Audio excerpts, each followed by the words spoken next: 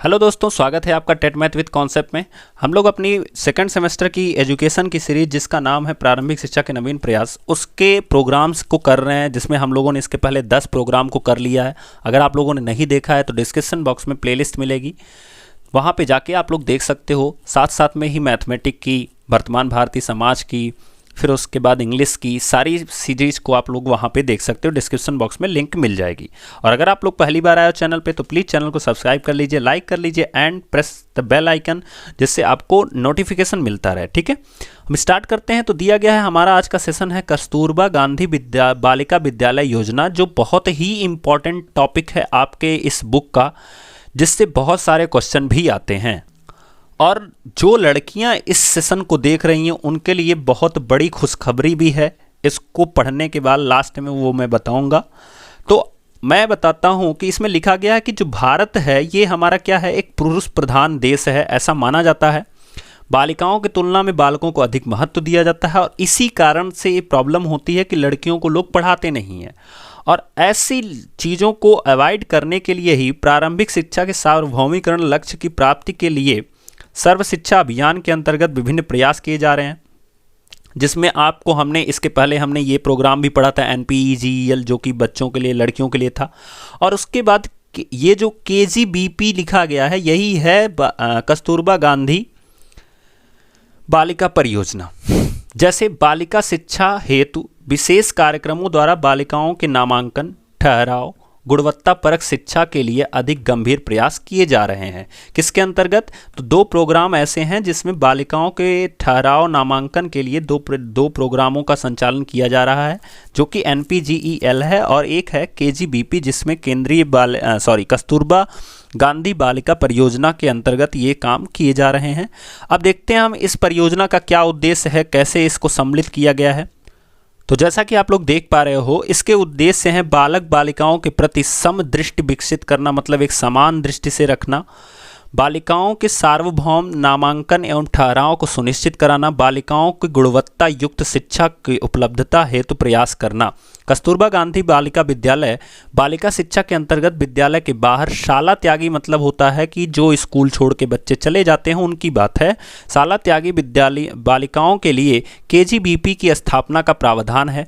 यह योजना 2004 से 5 में प्रारंभ की गई थी।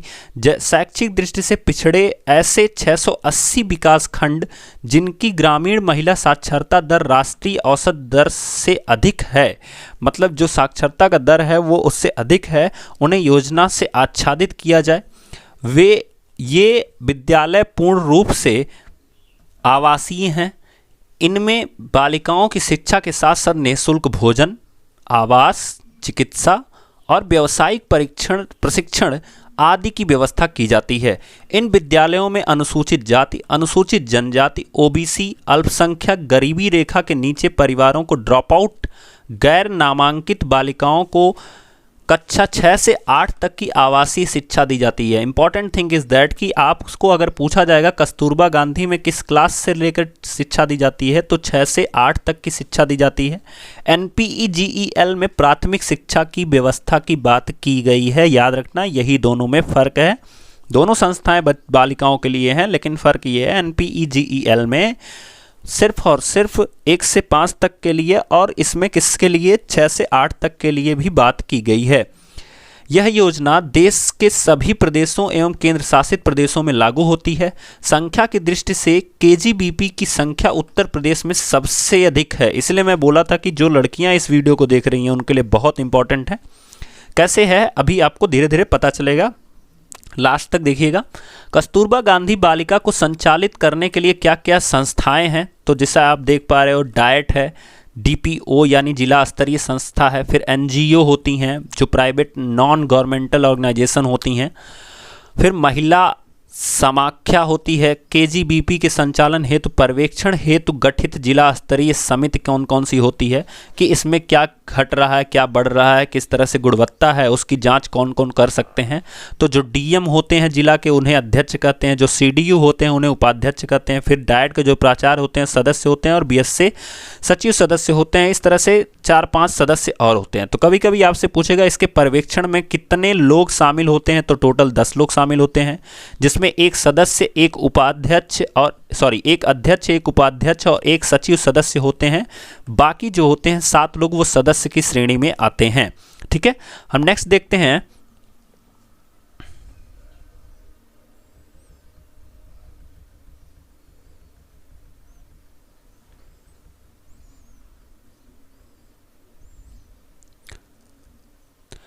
कस्तूरबा गांधी बालिका विद्यालयों के लिए अलग से स्टाफ की व्यवस्था की गई है। वार्डन कम शिक्षक के पद पर एक महिला अभ्यर्थी का चयन होगा। चूंकि सब लड़कियों का वहाँ पे आवासीय विद्यालय होता है, यानी कि वो जो वार्डन रहेगी वो शिक्षक भी हो सकती है कभी कभी ज़रूरत पड़ने पर, लेकिन वार्डन का काम, जो महिला का चयन होगा वो किसका होगा? महिला का।